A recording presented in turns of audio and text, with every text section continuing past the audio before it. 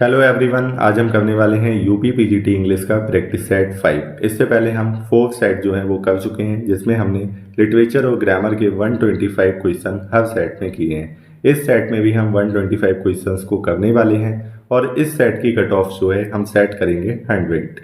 अगर आप इससे ऊपर स्कोर कर रहे हैं, इसका मतलब आपकी तैयारी ठीक चल रही है। इससे नीचे स्कोर कर रहे हैं तो अभी आपको मेहनत करने की ज़रूरत है। ठीक है, तो चलिए स्टार्ट करते हैं। जो पहला क्वेश्चन है हमारे पास, in the Waste Land the line April is the cruellest month alludes to. क्या एल्यूड कर रहा है ये? Chaucer's prologue to Canterbury Tales, Milton's Paradise Lost, Dante's Divine Comedy, Spenser's Faerie Queene. तो आपको सही ऑप्शन बताना है। थोड़ा सा पॉज करिए, रुकिए, मैं आपको आंसर बता दूंगा इससे पहले कि आप गैस कर पाएं, तो आपका क्वेश्चन जो है वो खराब चला जाएगा। ठीक है, तो जो सही आंसर है इसका वो है A, Chaucer's prologue to Canterbury Tales. उसमें अप्रैल को एक बहुत ही सूदिंग मंथ बताया जाता है और वेस्टलैंड में इसको क्रूअल बोला जाता है। ठीक है, तो इसका ये डायरेक्ट कंट्रास्ट है, इसीलिए ये किसको एल्यूड कर रहा है? चौसर के प्रोलॉग को। आगे देखते हैं, नेक्स्ट है। सेकेंड क्वेश्चन है, hurry up please it's time in the wasteland. ये जो लाइन है ये क्या बता रही है? एक बिब्लिकल इको को, a refrain from a pub conversation, a church bell chime, a mythological allusion. तो ये जो है वो क्या दिखा रहा है? तो जो करेक्ट ऑप्शन है वो है B, a refrain from a pub conversation. एक पब में कॉन्वर्सेशन चल रहा है, उसमें बार बार ये लाइन जो है वो बोली जाती है। अगर आपने पोयम पूरी पढ़ी होगी तो आप इसको लगा देंगे।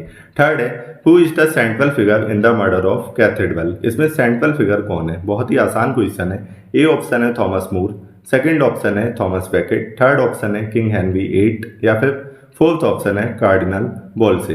तो कौन सा ऑप्शन करेक्ट है? बी वाला, थॉमस बैकेट। आगे देखते हैं, नेक्स्ट है। फोर्थ है, the phrase unreal city in the Waste Land is borrowed from. चार ऑप्शन आपके पास दिए हैं, वॉडेलायर, डॉन्टे, शेक्सपियर या फिर होमर। कौन सा ऑप्शन जो है वो करेक्ट है? तो अनरियल सिटी कहाँ से बोरो किया है? वॉडेलायर की द सेवन ओल्ड मैन से। ठीक है, तो ए ऑप्शन जो है वो करेक्ट है। आगे देखते हैं, नेक्स्ट है। फिफ्थ है, not with a Wang but a whimper concludes which poem. ये किस पोयम की कंक्लूडिंग लाइन्स हैं? आगे देखते हैं, चार ऑप्शन है, the Waste Land, Gerontion, Ash Wednesday, the Hollow man. तो ये कहाँ की कंक्लूडिंग लाइन है? डी ऑप्शन जो है वो करेक्ट है, द हॉलो मैन। ठीक है, आगे देखते हैं, next. Six, proof rock suffers from. Proof rock जो है वो किससे सफर कर रहा है? रोमांटिक लॉन्गिंग से, हैमलेट लाइक इंडिसीजन से, हीरोइक करेज से या फिर मिस्टिकल रेवलेशन से। तो किससे सफर कर रहा है? वो इंडिसीजन से सफर कर रहा है, हैमलेट की तरह वो भी डिसाइड नहीं कर पा रहा है कि क्या करे। ठीक है, सिक्स का बी ऑप्शन जो है वो करेक्ट है। सेवंथ है, शांति शांति शांति at the end of the Waste Land means. इसका क्या मतलब है? चार ऑप्शन है, एटर्नल पीस, डेस्पेयर, फ्रेगमेंटेशन या फिर स्पिरिचुअल एम्प्टीनेस। तो इसका क्या मतलब है? समझ में आ गया होगा, एटर्नल पीस। ठीक है, आगे देखते हैं। Eliot's criticism in tradition and the individual talent stresses. क्या स्ट्रेस करती है एलियट की criticism tradition and the individual talent में? रोमांटिक इंडिविजुअलिटी को, हिस्टोरिकल सेंस को, सब्जेक्टिविटी को या फिर पोइटिक इंस्पिरेशन को। तो किसको ये स्ट्रेस करती है? कौन सा ऑप्शन करेक्ट है? हिस्टोरिकल सेंस को, बी ऑप्शन इज करेक्ट। आगे देखते हैं, नाइन्थ है, I will show you fear in a handful of dust. इसमें कौन सी फिगर ऑफ स्पीच है? ठीक है, हाइपरबोल है, मेटाफर है, सिंबोलिज्म है या फिर एल्यूजन है। तो इसमें कौन सी फिगर ऑफ स्पीच आपको दिखाई दे रही है? तो देखो, अगर आपको इस लाइन का मतलब नहीं भी पता होगा ना, तब भी आप थोड़ा सा आइडिया लगा के बता दोगे। गैस वर्क आपका यहाँ पे काम करना चाहिए कि ये जो हैंडफुल ऑफ डस्ट है ये किसी चीज को सिग्निफाई कर रहा है या किसी चीज को दिखा रहा है। ठीक है, तो यहाँ पे कौन सी फिगर ऑफ स्पीच होनी चाहिए? मतलब किसी चीज की जगह पे ये वाला जो फ्रेज है वो यूज किया गया है। तो ऐसा कहाँ पे होता है? मेटाफर में होता है। ठीक है, ये हैंडफुल ऑफ डस्ट किसको दिखा रहा है? वो दिखा रहा है ह्यूमन डिके को। ठीक है, I will show you fear in a handful of dust. तो यहाँ पे कौन सी फिगर ऑफ स्पीच है? मेटाफर, बी ऑप्शन जो है वो करेक्ट है। आगे देखते हैं, टेंथ है, the character Tiresias in the Waste Land is a blind prophet, a fisherman, a typist या फिर अ सेलर। कौन है ये? तो कौन है? ये ऑप्शन करेक्ट है, अ ब्लाइंड प्रॉफिट। आगे देखते हैं, नेक्स्ट है। Four quartets explores mainly. Four quartets क्या एक्सप्लोर करते हैं? Political satire, spirituality and time, social realism, love and passion. तो किसको एक्सप्लोर करते हैं ये? बी ऑप्शन जो है वो करेक्ट है। आगे देखते हैं, ट्वेल्थ है, let us go then you and I is an example of, ये किस चीज का एग्जाम्पल है, ठीक है। ये जो लाइन है ये किसका एग्जाम्पल है, apostrophe, invocation, dramatic monologue opening या फिर पर्सोनिफिकेशन। बहुत ही सीधा सा इसका आंसर है, ठीक है। ये क्या है, ये इसकी ओपनिंग लाइन्स है, ड्रामेटिक मोनोलॉग की ओपनिंग लाइन्स है, ठीक है। आगे देखते हैं 13th है, Eliot's concept of objective correlative means, इसका क्या मतलब है, poetic diction, chain of events representing emotions, mythical method, stream of consciousness. तो इसका जो मतलब है वो क्या है, chain of events representing emotions. आगे देखते हैं नेक्स्ट है, the setting of Murder in the Cathedral is, इसकी क्या सेटिंग है, चार ऑप्शन है, वेस्टमिनिस्टर एबे, कैंटरबरी कैथेड्रल, ऑक्सफोर्ड यूनिवर्सिटी या फिर लंदन टॉवर। तो बहुत ही सिंपल सा आंसर है कौन सा, बी। आगे देखते हैं नेक्स्ट है, Eliot's poetry is most influenced by Wordsworth, metaphysical poets, Victorians या फिर एलिजाबेथन्स। एलियट की पोइट्री किन से बहुत ज़्यादा इन्फ्लुएंस थी, तो अगर आपने टी.एस. एलियट को पढ़ा होगा तो आप बता देंगे कौन सा है, बी, मेटाफिजिकल पोएट्स। आगे देखते हैं नेक्स्ट है, the central theme of Ash Wednesday is spiritual renewal, urban decay, war and peace, romantic despair. तो क्या है, इसकी जो सेंट्रल थीम है इसकी क्या है, स्पिरिचुअल रिन्यूअल, ठीक है। आगे देखते हैं नेक्स्ट है, जेरोन्सन का क्या मतलब है, ये क्वेश्चन बहुत बार पूछा गया है वेरियस एग्जाम्स में, तो आपको बताना है, चार ऑप्शन है, ठीक है। इसका क्या मतलब है, old man, young warrior, profit या फिर प्रीस्ट। तो क्या मतलब है, ओल्ड मैन, ठीक है, बहुत बार पूछा गया इंपॉर्टेंट क्वेश्चन। आगे देखते हैं, Eliot uses mythical method specially, किस में मिथिकल मेथड का प्रयोग करते हैं, प्रूफरॉक में, द वेस्टलैंड में, जेरोन्सन में या फिर द हॉलोमैन में। तो किसमें वो मिथिकल मेथड का प्रयोग करते हैं, तो किसमें करते हैं, the Waste Land is the correct option. आगे देखते हैं 19th है, these fragments I have shored against my wings expresses, क्या एक्सप्रेस करता है ये, faith, despair, artistic survival, political revolution. तो ये किस चीज को एक्सप्रेस करता है, किसको, आर्टिस्टिक सर्वाइवल को। आगे देखते हैं नेक्स्ट है, in Eliot's view poetry is, Eliot के व्यू में पोइट्री जो है वो क्या है, चार ऑप्शन है हमारे पास, expression of personality, escape from personality, pure imagination या फिर ये जो पोइट्री है वो कैसी है, वो डिडक्टिक है। तो कौन सा ऑप्शन करेक्ट है, उन्होंने कहा था पोइट्री क्या है, एस्केप फ्रॉम पर्सनालिटी है, ठीक है। आगे देखते हैं नेक्स्ट है 21, कमला दास इज ऑल्सो नोन एज कमला नेहरू, माधवी कुट्टी, टोरू दत्त, सरोजनी नायडू। तो बहुत ही साधारण सा ऑप्शन है बी, माधवी कुट्टी इनका बचपन का नाम था। 22, the recurring theme in her poetry is, Kamala Das की, किसकी, हर का मतलब यहाँ पे कमला दास के ये सारे क्वेश्चन आने वाले हैं, ठीक है। उनकी पोइट्री में जो रिकरिंग थीम, बार बार एक ही थीम जो है वो रिपीट हो रही है, वो कौन सी थी, चार ऑप्शन है आपके पास, nature, female sexuality and identity, nationalism या फिर वॉर। तो कौन सा ऑप्शन करेक्ट है, बी।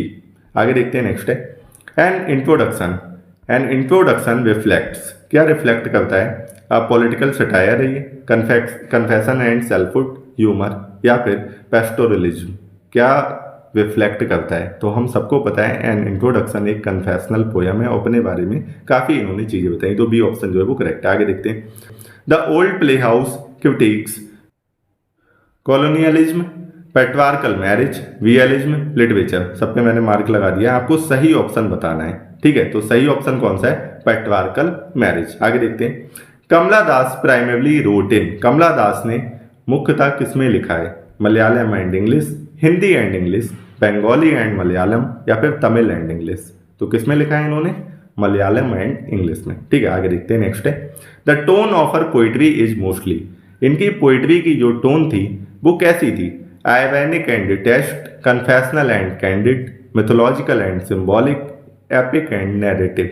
तो कैसी थी, कन्फेशनल थी और कैंडिड थी, कैंडिड मतलब एकदम स्पष्ट थी, ठीक है। आगे देखते हैं, the central metaphor in my grandmother's house is, इसमें सेंट्रल मेटाफर जो है वो क्या है, empty corridors, dark chambers, lost love या फिर ऑल द अबव, ठीक है। कौन सा ऑप्शन सही है, ये सारे ही, ठीक है, सारे ही यूज हुए हैं। आगे देखते हैं, कमला दास इज कंपेयर्ड विद, कमला दास को किसके साथ कंपेयर किया जाता है, रॉबर्ट फ्रॉस्ट के साथ में, Sylvia Plath and Anne Sexton, T S. Eliot, Ezra Pound. तो किसके साथ किया जाता है, इनके साथ इनको कंपेयर किया जाता है क्योंकि इन्होंने भी कुछ इसी तरह की पोइट्री लिखी थी। आगे देखते हैं, नेक्स्ट है 29th, which of her works is an autobiography. इनका कौन सा वर्क जो है वो ऑटोबायोग्राफी है? The descendants, alphabet of lust, my story, only the soul knows. यहाँ पे किसकी बात हो रही है मैं फिर से बता दे रहा हूँ, कमला दास के ये सारे क्वेश्चन है, ठीक है। तो कौन सा वर्क इनका ऑटोबायोग्राफी है? कौन सा है? My story. आगे देखते हैं, the recurring mood in her poetry is. बार बार कौन सा मूड जो है वो रिफ्लेक्ट होता है इनकी पोइट्री में? Nationalistic zeal, female anguish and longing, comic belief या फिर साइंटिफिक क्यूरियोसिटी। तो कौन सा होता है? बी वाला। आगे देखते हैं, नेक्स्ट है 31। अब देखो मुल्कबाज आनंद पे क्वेश्चन आने वाले हैं, ठीक है। Mulk Raj Anand belongs to which group of novelist. किस ग्रुप ऑफ नॉवलिस्ट से मुल्कबाज आनंद जो है वो बिलोंग करते हैं? Anglo Indian, Indian English fiction pioneers, modern American या फिर पोस्ट कॉलोनियल अफ्रीकन। तो कौन है? बी ऑप्शन जो है वो करेक्ट है। आगे देखते हैं, अनटचेबल डील्स विद। अनटचेबल किसके साथ डील करता है? Partition, caste system, freedom struggle या फिर मैरिज कस्टम्स। तो किसके साथ डील करता है? We all know, caste system. क्या टेस्ट ज़्यादा आसान हो गया? नहीं, अभी ग्रामर बाकी है, ठीक है। देखते हैं, protagonist of untouchable is. Untouchable का प्रोटोगोनिस्ट कौन है? मुन्नू, बाखा, मोहन या फिर लाल सिंह। तो कौन है? बाखा। आगे देखते हैं, नेक्स्ट है कुली हाइलाइट्स। कुली जो है वो क्या हाईलाइट करता है? Industrial labour exploitation, religious hypocrisy, political corruption या फिर फ्रीडम मूवमेंट। तो कुली क्या हाईलाइट करता है? कुली हाईलाइट करता है इंडस्ट्रियल लेबर एक्सप्लॉयटेशन। आगे देखते हैं 35 है, Anand style is marked by romantic diction, social realism, symbolic abstraction या फिर साइकोलॉजिकल एनालिसिस। तो किससे कौन कैसा है इनका स्टाइल? सोशल रियलिज्म को मार्क करता है। आगे देखते हैं, नेक्स्ट है 36 है, the trilogy the village across the black waters, the sword and the sickle focuses on. ये किस पे फोकस करते हैं? इंडियन पेजेंट्री पे, कॉलोनियल ऑफिसर्स पे, ब्रिटिश रूल इन बंगाल पे या फिर इंडियन प्रिंसली स्टेट्स पे। तो किस पे करते हैं? इंडियन पेजेंट्री पे। आगे देखते हैं, नेक्स्ट है 37, which character in Untouchable represents Gandhian reform. Gandhian reform को कौन सा करेक्टर जो है वो अनटचेबल में रिप्रेजेंट करता है? हवलदार चरत सिंह, कर्नल हचिंसन, महात्मा गांधी या फिर लाखा। तो कौन सा ऑप्शन करेक्ट है? सी वाला, महात्मा गांधी खुद। आगे देखते हैं, आनंद वॉज स्ट्रांगली इन्फ्लुएंस्ड बाई। आनंद जो थे बहुत ज्यादा इन्फ्लुएंस्ड थे किस से? टॉलस्टॉय एंड गांधी से, शेक्सपियर से, मिल्टन से या फिर होमर से। किससे वो बहुत ज्यादा इन्फ्लुएंस्ड थे? टॉलस्टॉय और गांधी से। आगे देखते हैं, नेक्स्ट है, two leaves and a word depicts plantation labour exploitation, political revolution, religious conflict या फिर फ्रीडम फाइटर्स। तो ये किसको दिखाता है? प्लांटेशन लेबर एक्सप्लॉयटेशन को। आगे देखते हैं, नेक्स्ट है, आनंद फिक्शन मेनली एम्प्लॉयज। आनंद का फिक्शन जो है वो मेनली क्या एम्प्लॉय करता है? रोमांटिक नैरेटिव को, स्ट्रीम ऑफ कॉन्शियसनेस को, सोशल प्रोटेस्ट को या फिर सर्वियलिज्म को। तो किसको करता है? सोशल प्रोटेस्ट को। ज्यादातर इनके नॉवेल्स में हमें यही देखने को मिलेगा। आगे देखते हैं, एजकील इज ऑफन कॉल्ड। अब जो क्वेश्चन है वो निज़म एजकील से आने वाले हैं, ठीक है। तो Ezekiel is often called father of Indian English poetry, prophet of modernism in America, the romantic revivalist या फिर पोस्ट कॉलोनियल ड्रामेटिस्ट। तो क्या बोला जाता है इनको? Father of Indian English poetry. आगे देखते हैं, नेक्स्ट है, his famous poem night of the scorpion depicts. क्या डिपिक्ट करती है ये पोएम? बहुत ही फेमस पोएम है, पढ़ी होगी आपने। Caste prejudice, mother's suffering, political satire या फिर रोमांटिक पैशन। तो कौन सा ऑप्शन करेक्ट है? बी वाला। आगे देखते हैं, नेक्स्ट है, द पैट्रियट मॉक्स। पैट्रियट जो है वो क्या मॉक करता है? कॉलोनियल रूलर्स को, ब्लाइंड नेशनलिज्म को, रिलीजियस हिपोक्रेसी को और डी ऑप्शन जो है हमारे पास है पॉवर्टी को। तो ये जो है वो किसको मॉक करता है? ठीक है, सोच के बताइए थोड़ा सा, कौन किसको मॉक करता है? ब्लाइंड नेशनलिज्म को। ठीक है, आगे देखते हैं, नेक्स्ट है, एजकील स्टाइल इज मार्क्ड बाई। एजकील का जो स्टाइल है, ठीक है, वो क्या मार्क करता है? रोमांटिक डिक्शन को, एवनी एंड कोलाक्वेलिज्म को या फिर एपिक वेंडर को या फिर मिथिकल मेथड को। तो ये क्या दिखाता है? 44 का कौन सा ऑप्शन करेक्ट है? बी वाला। ठीक है, आगे देखते हैं, goodbye party of miss Pushpa TS satirizes western culture, Indian English usages, colonial history या फिर पॉलिटिकल कैंपेन्स। ठीक है, ये किसको सटायर करता है? तो किसको करता है? इंडियन इंग्लिश यूजेज को। ठीक है, 45 का जो बी ऑप्शन है वो करेक्ट है। आगे देखते हैं। Ezekiel was influenced by Eliot and Auden, Wordsworth, Keats या फिर शैली। किससे ये बहुत ज्यादा इन्फ्लुएंस थे? तो किससे थे? 46 का ए, इलियट एंड ऑर्डन। आगे देखते हैं। हिज वर्क्स, किसकी? एजकील की। Works is often marked by nostalgic romanticism, urban realism, pastoral काम या फिर एब्स्ट्रैक्ट मिस्टिसिज्म। तो 47 का कौन सा ऑप्शन करेक्ट है? B, urban realism. आगे देखते हैं। 48 एजकील्स ड्रामा नलिनी इज, ये क्या है? हिस्टोरिकल ट्रेजेडी है, बस ड्रामा है, सटायरिकल कॉमेडी है या फिर पॉलिटिकल एलॉगरी है? तो ये क्या है? ये एक सटायरिकल कॉमेडी है। 48 का सी। आगे देखते हैं। नेक्स्ट है 49 Ezekiel received Sahitya Akademi award for, किस वर्क के लिए इन्हें साहित्य अकेडमी अवार्ड मिला था? Latter day psalms, hymns in darkness, the exact name या फिर कलेक्टेड पोएम्स के लिए? तो किसके लिए मिला था? ए ऑप्शन करेक्ट है। आगे देखते हैं। His poetry is largely nationalistic, confessional and ironical, symbolic and mythical, romantic and visionary. इनकी जो पोयम थी मोस्टली वो कैसी थी? बी ऑप्शन करेक्ट है, कन्फेशनल एंड एरनिकल। आगे देखते हैं। 51 है which is considered Shakespeare's final play, कौन सा इसमें से शेक्सपियर का फाइनल प्ले कंसिडर किया जाता है? सिम्बलाइन, द टेम्पेस्ट, पेरिकल्स या फिर हेनरी VIII। तो कौन सा ऑप्शन आप मार्क करेंगे यहाँ पे? B, the Tempest. आगे देखते हैं। इन द टेम्पेस्ट कैलिवन, अब सारे क्वेश्चन शेक्सपियर पे होने वाले हैं नीचे। In the Tempest Caliban is a prince, a savage native, a shipwrecked sailor या फिर अ मैजिशियन। तो ये कैलिवन जो है वो कौन था? वो था एक सैवेज नेटिव। आगे देखते हैं। O brave new world that has such people in it, ये लाइन जो है वो कौन बोलता है? एरियल, मिरांडा, प्रोस्पेरो या फिर फर्डिनांड? तो कौन बोलता है इस लाइन को?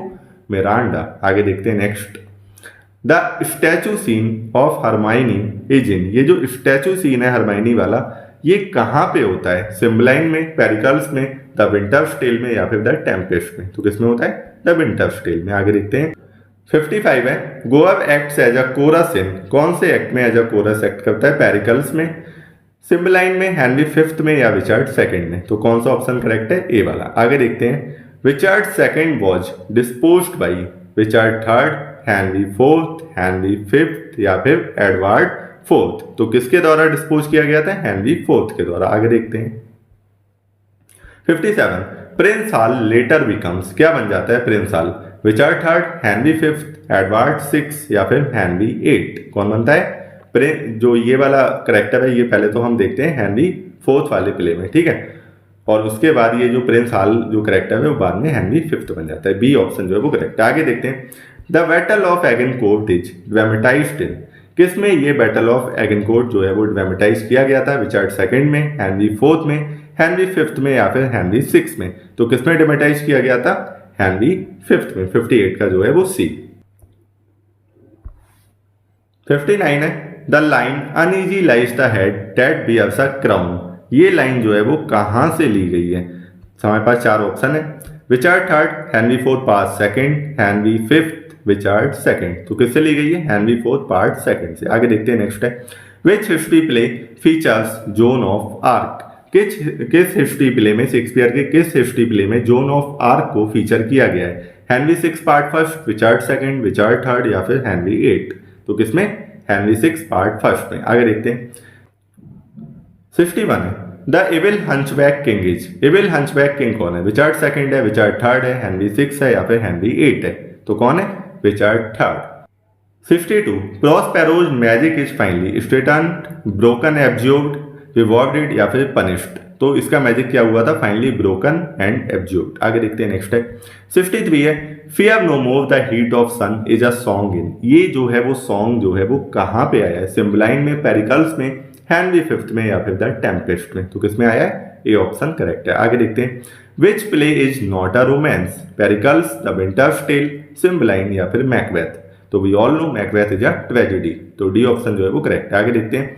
The Globe theatre fire of 1613 occurred during a performance of, Globe theatre में आग लग गई थी कब? 1613 में। और कौन सा प्ले उस टाइम परफॉर्म किया जा रहा था? Richard III, Henry VIII, the Tempest या फिर पेरिकल्स? तो कौन सा? Henry VIII। बी ऑप्शन जो है वो करेक्ट है। आगे देखते हैं। फालिस्टाफ अपीयर्स इन, फालिस्टाफ नाम का करेक्टर जो है वो कहां पे अपीयर होता है? हेनरी फोर्थ में, रिचर्ड सेकंड में, हेनरी फिफ्थ में या फिर हेनरी एट में। तो कहाँ पे अपीयर होता है ये? हेनरी फोर्थ में। आगे देखते हैं, नेक्स्ट है once more unto the breach dear friends occurs in. ये लाइन जो है वो कहाँ पे आती है? हेनरी फोर्थ में, रिचर्ड सेकंड में, आगे हेनरी फिफ्थ या फिर हेनरी सिक्स। तो ये लाइन जो है वो कहाँ पे आती है? हेनरी फिफ्थ में। आगे देखते हैं, नेक्स्ट है 68 in the Winter's Tale Leontes wrongly accuses Hermione of infidelity with Camillo, Polixenes, Florizel या फिर ऑटोलाइकस। तो किसके साथ करता है एक्यूज? बी ऑप्शन जो है वो हमारा करेक्ट है। आगे देखते हैं 69 जो है the play Pericles begins with a Widal contest in the court of. ठीक है, जो प्ले पेरिकल है वो एक विडल के साथ, विडल कंटेस्ट के साथ शुरू होता है, किसके कोर्ट में? एंटियोकस, लैनेट्स, रिचर्ड या फिर हेनरी। तो कौन सा ऑप्शन इसमें करेक्ट है? ए वाला। आगे देखते हैं, next the character Imogen belongs to. ये किस को बिलोंग करता है? कौन से प्ले को बिलोंग करता है? सिम्बलाइन, पेरिकल्स, द टेम्पेस्ट या फिर हेनरी सिक्स। तो किसको? सिम्बलाइन को। आगे देखते हैं the Tempest was first published in quarto 1598, folio 1623, quarto 1605 या फिर फोलियो 1632। तो टेम्पेस्ट प्ले पहली बार किस में पब्लिश हुआ था? बी ऑप्शन करेक्ट है। आगे देखते हैं Richard third विगिंस with a line. Richard third जो है वो एक लाइन के साथ शुरू होता है, वो लाइन इनमें से कौन सी है? पढ़ो सारी लाइनें फिर मुझे बताओ, मैं सारी नहीं पढ़ने वाला हूँ। स्क्रीन को पॉज करो और पढ़ो। कौन सा ऑप्शन करेक्ट है? बी वाला। Now is the winter of our discontent. आगे देखते हैं, नेक्स्ट है 73 the war of roses is dramatized in. कौन से प्ले में वॉर ऑफ रोजेज को ड्रामेटाइज किया गया है? हेनरी फोर्थ में, हेनरी सिक्स में, रिचर्ड सेकंड में या फिर द टेम्पेस्ट में। किस में किया गया है? हेनरी सिक्स में। आगे देखते हैं Ariel represents brutish power, airy spirit of freedom, justice या फिर कंसाइंस। किसको रिप्रेजेंट करता है? बी ऑप्शन करेक्ट है। आगे देखते हैं 75 है 75 है the subplot of Autolycus occurs in. कहाँ पे अकर होता है? पेरिकल्स, सिम्बलाइन, हेनरी फिफ्थ या फिर द विंटर्स टेल। कौन सा ऑप्शन करेक्ट है? डी वाला। आगे देखते हैं, नेक्स्ट है the central theme of Shakespeare's romances is political satire, reconciliation and forgiveness, war heroism या फिर रिवेंज। कौन सा ऑप्शन करेक्ट है? देखते ही पता लग गया होगा, बी। आगे देखते हैं which king is praised as a model of ideal kingship. कौन सा जो किंग है वो प्रेज किया जाता है as a model of ideal kingship? Henry fourth, Richard second, Henry fifth या फिर रिचर्ड थर्ड। तो कौन सा? 77 का कौन सा? सी वाला ऑप्शन करेक्ट है। आगे देखते हैं, नेक्स्ट है Shakespeare's last complete play was. इनका लास्ट कंप्लीट प्ले कौन सा था? Cymbeline, the Tempest, Henry eight या फिर पेरिकल्स। कौन सा है? The Tempest. आगे देखते हैं 79 है द स्केप्टर्ड आइल्स रेफर्स टू इंग्लैंड इन। ये कहाँ पे रेफर करता है इंग्लैंड को? रिचर्ड सेकंड में, हेनरी फोर्थ में, हेनरी सिक्स में या फिर हेनरी एट में। तो ए ऑप्शन जो है वो करेक्ट है। शेक्सपियर के क्वेश्चंस थोड़े से डिफिकल्ट थे इस वाले सेट में, ठीक है। इन the Tempest the rightful Duke of Milan. Rightful Duke कौन है मिलान का? फर्डिनांड है, प्रोस्पेरो है, एंटोनियो है या फिर गोंजालो है। तो कौन है? 80 का कौन सा ऑप्शन करेक्ट है? प्रोस्पेरो। ठीक है, आगे देखते हैं, नेक्स्ट है 81। अब देखो यहाँ पे ये क्वेश्चन जो है वो फिगर ऑफ स्पीच से है। साइनेडूस मीन्स, इसका क्या मतलब होता है? A part representing the whole, comparison using as, contradictory terms या फिर साउंड इमिटेशन। तो क्या होता है? A part representing the whole. आगे देखते हैं मेटोनिमी एग्जाम्पल किसका है? The pen is mightier than sword, hands joint together, brave as a lion, sweet sorrow. तो कौन सा जो इसमें जो लाइन लिखी है वो इसको दर्शा रहा है? कौन सी लाइन? 82 का ए। आगे देखते हैं, नेक्स्ट है एपिफैनी एसोसिएटेड विद। देखो ये क्वेश्चन जो है वो आपके सिलेबस से बाहर है, लेकिन फिर भी एपिफैनी इनमें से किसके साथ एसोसिएटेड है? 4 ऑप्शन है, एक बार देख के बताओ। जेम्स जॉयस के साथ। आगे देखते हैं, नेक्स्ट है कायस्मस मीन्स, इसका क्या मतलब होता है? कायस्मस का क्या मतलब होता है? Repetition of consonant sounds, reversal of word order, harsh sounding words, imitative sounds. क्या मतलब होता है? पहला ऑप्शन वो सॉरी सी बी ऑप्शन जो है वो करेक्ट है, रिवर्सल ऑफ वर्ड ऑर्डर। आगे देखते हैं 85 है एनाग्नोसिस रेफर्स टू। किसको रेफर करता है ये टर्म? ट्रेजिक, रिकॉग्निशन को, हैप्पी एंडिंग को, कॉन्फ्लिक्ट को या फिर टर्निंग पॉइंट ऑफ एक्शन को। तो किसको रेफर करता है? ये ऑप्शन करेक्ट है। आगे देखते हैं अब यहाँ पे आपको नरेशन को चेंज करना है। He said I am reading a book. तो इसमें कौन सा ऑप्शन करेक्ट है? एक बार आप अच्छे से देख लो, मैं आपको सोचने का टाइम दे रहा हूं, ठीक है। बी ऑप्शन जो है वो करेक्ट है। आगे देखते हैं, नेक्स्ट 87th है she is writing a letter. 4 option है, इसको पैसिव वॉइस में आपको कन्वर्ट करना है। तो देखो कौन सा ऑप्शन जो है वो सही है। सी ऑप्शन जो है वो करेक्ट है। A letter is being written by her. आगे देखते हैं 88।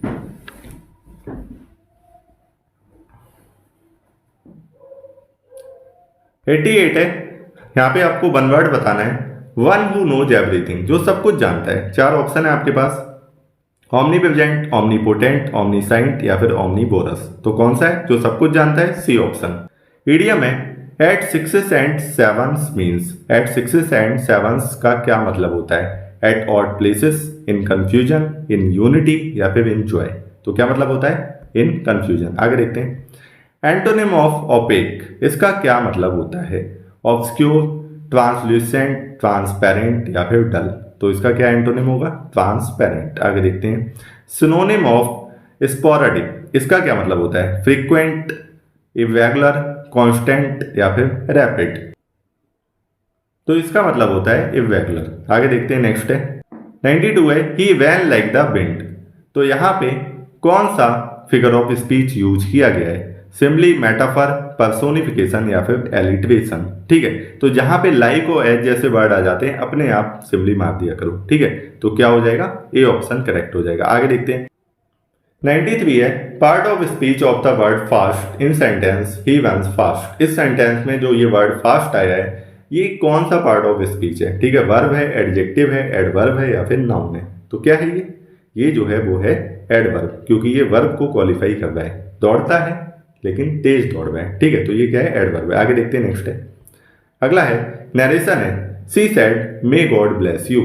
ठीक है, तो इसमें देखो आप 4 ऑप्शन और मुझे सही ऑप्शन बताओ कौन सा है।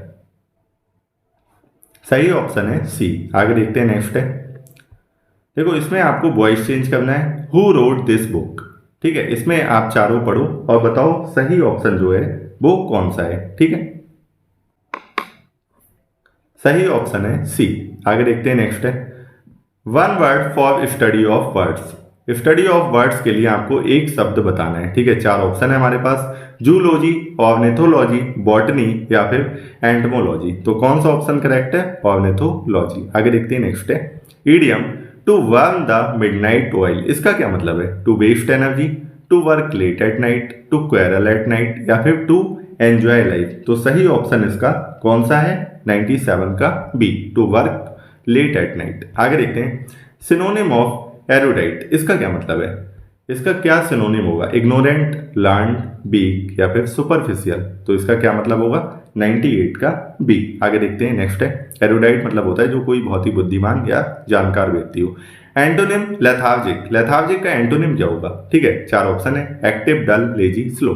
तो लेथार्जिक का मतलब तो लेजी ही होता है, तो इसका एंटोनिम हमें बताना है क्या हो जाएगा? एक्टिव हो जाएगा। 99 का ए। ठीक है, आगे देखते हैं नेक्स्ट है 100 है identify the figure of speech death lays his icy hands on kings. देखो बहुत ही अच्छी लाइन है और इसमें आपको बताना है फिगर ऑफ स्पीच।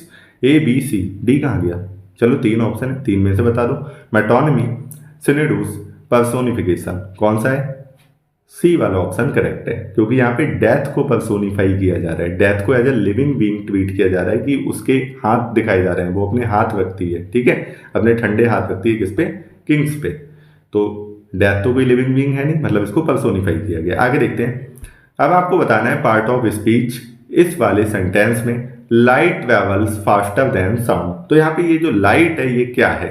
ये वर्ब है, नाउन है, एडजेक्टिव है या फिर एडवर्ब है। तो ये यहाँ पे किसकी तरह काम कर रहा है? तो 101 का कौन सा ऑप्शन करेक्ट होगा? लाइट एज अ नाउन यहाँ पे वर्क कर रहा है। आगे देखते हैं नेक्स्ट है he said I have finished my work. He said I have finished my work.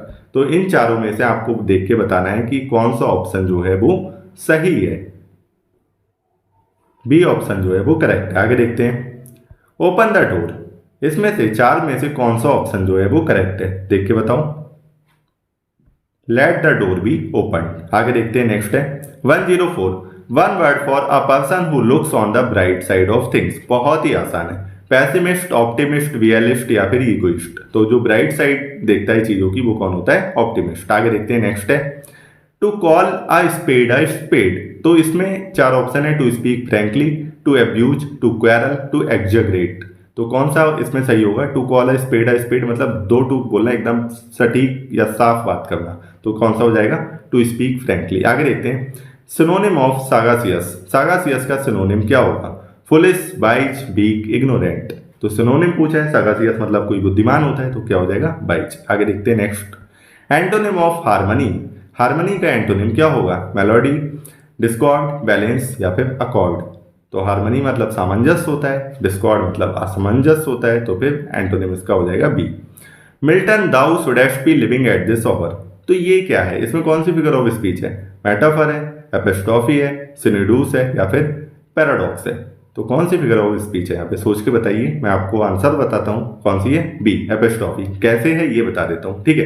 देखो, जब भी हम किसी एब्सेंट या फिर डेड या फिर एब्स्ट्रैक्ट चीज को एड्रेस कर रहे हैं तो वहां पे एपिस्ट्रॉफी होगा। यहाँ पे मिल्टन को एड्रेस किया जा रहा है, किसके द्वारा? वर्ड्सवर्थ के द्वारा।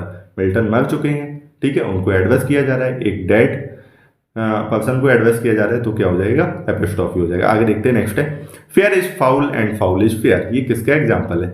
ऑक्सीमोरन का, पैराडॉक्स का, आयरनी का या फिर हाइपरबोल का? सोच के बताइए कौन सा है? कौन सा है? बी ऑप्शन जो है वो करेक्ट है। कैसे है? अब ये पैराडॉक्स क्या होता है? पैराडॉक्स होता है जो सेंटेंस अपने आप में कंट्राडिक्टरी होता है, ठीक है, उसका कोई मीनिंग नहीं निकल रहा होता है, मीनिंग लेस होता है, लेकिन वो जिस कंटेक्स्ट में यूज किया जा रहा है वहां पे वो मीनिंगफुल होता है, ठीक है। तो ये जो लाइन है वो कहाँ से आई है? मैकबेथ के प्ले से आई है, fair is foul and foul is fair. इसका क्या मतलब है?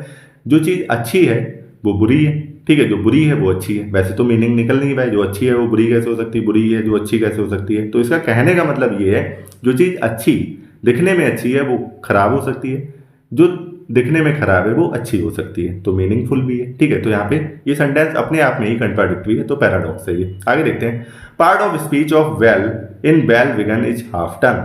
तो ये देखो चार ऑप्शन है, एडवर्ब है, नाउन है, इंटरजेक्शन है या फिर एडजेक्टिव है। कौन? ये जो वेल लिखा हुआ है इसमें ये क्या है? देख के ही समझ में आ रहा होगा, विगन हमारी वर्ब है और वेल इसके आगे लगाए तो ये एडवर्ब हो जाएगा। अब देखो ये है क्या चीज? ये एक तो वैसे कहावत टाइप की है, मतलब अगर आप अच्छी शुरुआत करोगे तो आधा काम तो वैसे ही खत्म हो जाता है, ठीक है, ये इसका कहने का मतलब। आगे देखते हैं नेक्स्ट है, 111 Ravi said to me did you meet him yesterday. इसका आपको बनाना है नरेशन, ठीक है। चार ऑप्शन है आपके पास, Ravi asked me whether I had met him the previous day, Ravi asked me if I meet him yesterday. देखो चारों अपने आप पढ़ लो, ठीक है, एक ये सेंटेंस है इसको देख लो। तो सबसे पहले एलिमिनेट करना सीखो। यस्टरडे जो है वो नरेशन में चेंज हो जाता है द प्रीवियस डे में या द डे बिफोर में, तो दो ऑप्शन तो अपने आप ही एलिमिनेट हो गए, बी और सी, ठीक है। सेकंड, यहाँ पे हैव आया है तो वो डिड आया है तो वो किस में बदल जाएगा? हैड में बदल जाएगा, ठीक है।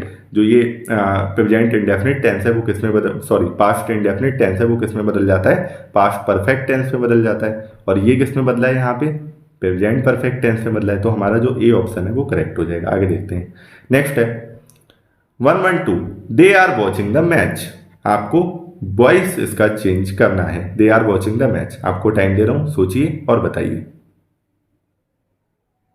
तो कौन सा ऑप्शन करेक्ट है? बी। आगे देखते हैं, one word for a speech made without preparation. एक स्पीच बिना किसी तैयारी के दे दी गई हो, उसके लिए एक शब्द में उसको क्या बोलेंगे?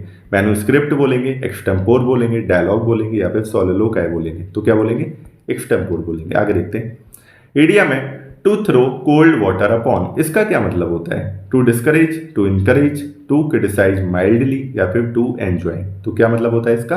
किसी को डिस्करेज करना। आगे देखते हैं, सिनोनिम, इनविंसिबल का सिनोनिम क्या होता है? वल्नरेबल, अनबीटेबल, वीक या फिर फीबल। तो सिनोनिम बताना है, अगर एंटोनिम बताना होता तो वल्नरेबल हो जाता है, लेकिन हमें इनविंसिबल का मतलब होता है अजय, जिसे जीता ना जा सके, अनबीटेबल जिसको हराया ना जा सके, ठीक है। आगे देखते हैं, एंटोनिम ऑफ कंडेम, इसका क्या एंटोनिम होगा? ब्लेम, प्रेज, क्रिटिसाइज या फिर रिब्यूक। तो कंडेम का जो एंटोनिम होगा वो होगा प्रेज। आगे देखते हैं, identify the figure of speech life is a walking shadow. ठीक है, इसमें फिगर ऑफ स्पीच बतानी है, सिम्बली है, मेटाफर है, पर्सोनिफिकेशन है, हाइपरबोल है। तो क्या है इसमें? Life is a walking shadow, बताओ। तो देखो यहाँ पे लाइफ को क्या कहा गया है? वॉकिंग शैडो कहा गया है, तो कौन सी है? मेटाफर है। आगे देखते हैं, identify the figure of speech the child is the father of the man. कौन सी फिगर ऑफ स्पीच है इसमें? मेटाफर है, आयरनी है, बाकी के दो ऑप्शन भी देख लेते हैं, पैराडॉक्स है और सिनेडूस है। तो ये तो देखो आसान हो गया, अभी ऊपर मैंने एक्सप्लेन किया था, सी ऑप्शन करेक्ट है, पैराडॉक्स। तो ये सेंटेंस जो है वो अपने आप में कंट्राडिक्टरी है। चाइल्ड जो है वो कैसे मैन का फादर हो सकता है, तो ऐसा कंट्राडिक्शन जब कहीं पे आता है तो वहां पे क्या होता है, पैराडॉक्स। आगे देखते हैं, नेक्स्ट है पार्ट ऑफ स्पीच, हमें बताना है। ये सेंटेंस लिखा है we set round the fire. इसमें जो राउंड है ये जो है ये कौन सी पार्ट ऑफ स्पीच है, नाउन है, वर्ब है, एडजेक्टिव है या फिर प्रेपोजिशन है। तो ये क्या है, तो ये क्या है, ये प्रेपोजिशन है। प्रेपोजिशन क्या होती है, प्रेपोजिशन सबसे पहले तो किसी नाउन या प्रोनाउन से पहले यूज की जाती है और ये उसको जोड़ती है बाकी सेंटेंस के साथ में। बाकी सेंटेंस में कोई वर्ड लिखा होगा उसके साथ में इसको जोड़ती है, तो वो क्या होती है, प्रेपोजिशन। अब देखो द फायर नाउन है, इसके पहले इसको यूज किया गया है और ये इसको सेट के साथ जोड़ दी है। ठीक है, आगे देखते हैं narration. She said how clever you are. चार ऑप्शन है, बताओ कौन सा ऑप्शन जो है वो सही है। ठीक है, तो कौन सा ऑप्शन सही है, बी वाला, she exclaimed that he was very clever. आगे देखते हैं 121, पैसिव वॉइस बनाना है। They will complete the project by Monday. ठीक है, तो कौन सा ऑप्शन सही है, थोड़ा सा टाइम दे रहा हूं, आपको सोच के बताना है। तो बहुत ही आसान है, एलिमिनेशन मेथड यूज करो। विल है तो ना तो ये जाएगा, ना वो जाएगा, ना है जाएगा, क्या आएगा, विल बी। ये ऑप्शन करेक्ट है। आगे देखते हैं one word for a person who Yeats human flesh. जो ह्यूमन फ्लैश खाता है वो कौन होता है, कैनिबल, ओमनिवोर, हर्बीवोर या फिर कार्निवोर। कौन होता है, कैनिबल होता है। आगे देखते हैं to fish in troubled water, इसका क्या मतलब होता है, to get into trouble, to take advantage of a difficult situation, to swim in danger या फिर टू हेल्प द हेल्पलेस। एक बार फिर से देख लो, to fish in troubled waters, इसका क्या मतलब है, तो कौन सा ऑप्शन करेक्ट है, बी वाला। आगे देखते हैं, नेक्स्ट है सिनोनिम ऑफ एफेमेरल, इसका क्या मतलब है, एटर्नल, शॉर्ट लिव्ड, स्ट्रॉन्ग या फिर परमानेंट। तो हमें इसका सिनोनिम बताना है। अगर हमें एंटोनिम बताना होता तो एटर्नल हो जाता, लेकिन हमें बताना है सिनोनिम। एफेमेरल का मतलब होता है क्षणिक, मतलब जो कुछ समय के लिए रहे, तो बी ऑप्शन सही है। आगे है आखिरी क्वेश्चन है एंटोनिम ऑफ ऑडिबल। अच्छा, इस आखिरी क्वेश्चन को करने से पहले मैं आपको बताऊंगा, अगर आपको पीडीएफ चाहिए, ठीक है, पूरे 10 सेट की, तो आप मुझे कांटेक्ट कर सकते हैं इस नंबर पे 70606555 और 629। ठीक है, आप मुझे इस नंबर पे कांटेक्ट कर सकते हैं, आपको पूरे 10 सेट की पीडीएफ एक साथ मिल जाएगी। जो चार्ज है वो कितना है, 100 रुपीज। ठीक है, इसके अलावा जो अगली सूचना है वो ये है कि आप मेरा टेलीग्राम ग्रुप भी ज्वाइन कर सकते हैं। टेलीग्राम ग्रुप क्या है, ये एक डिस्कशन ग्रुप है जिसमें बहुत सारे लोग ऐड है, around I think 2000 plus members हैं। आपस में डिस्कशन चलता रहता है, मैं भी कुछ ना कुछ बताता रहता हूँ उसमें। ठीक है, तो आप उसको ज्वाइन कर सकते हैं, उसका बेनिफिट ले सकते हैं, वो फ्री ऑफ कॉस्ट है, आपको कुछ नहीं करना है, बस लिंक पे क्लिक करना है, ज्वाइन करना है। लिंक जो है वो डिस्क्रिप्शन बॉक्स में भी पड़ा है और कमेंट बॉक्स में भी पड़ा है। तो चलिए अगला क्वेश्चन हम करते हैं। 125 है एंटोनिम ऑफ ऑडिबल। ऑडिबल का एंटोनिम क्या होता है, नॉइजी, साइलेंट, इनऑडिबल या फिर फेंट। तो ऑडिबल का एंटोनिम ये तो बहुत ही आसान है, इनऑडिबल हो जाएगा। ठीक है, तो आप मुझे कमेंट सेक्शन में जरूर बताइए कि आपने कितना स्कोर किया। तो चलिए मिलते हैं अगले प्रैक्टिस सेट में। और मैं एक बात और बताना चाहूँगा, एक पीडीएफ है उस पर अभी काम चल रहा है, जिसपे मैंने आपको बताया था कि मैं 500 से भी ज़्यादा शेक्सपियर की कोटेशंस को एक्सप्लेन करने वाला हूँ। ठीक है, तो वो एक बहुत ही मेजर प्रोजेक्ट है जिस पे भी काम चल रहा है, एंड आई होप आपके लिए बहुत ही बेनिफिशियल साबित होने वाली है ये वाली वीडियो। ठीक है, तो आप बने रहिए चैनल पे और सब्सक्राइब जरूर कर देना। अगर वीडियो अच्छी लगती है तो प्लीज़ यार सब्सक्राइब करना। ओके, चलिए मिलते हैं नेक्स्ट वीडियो में।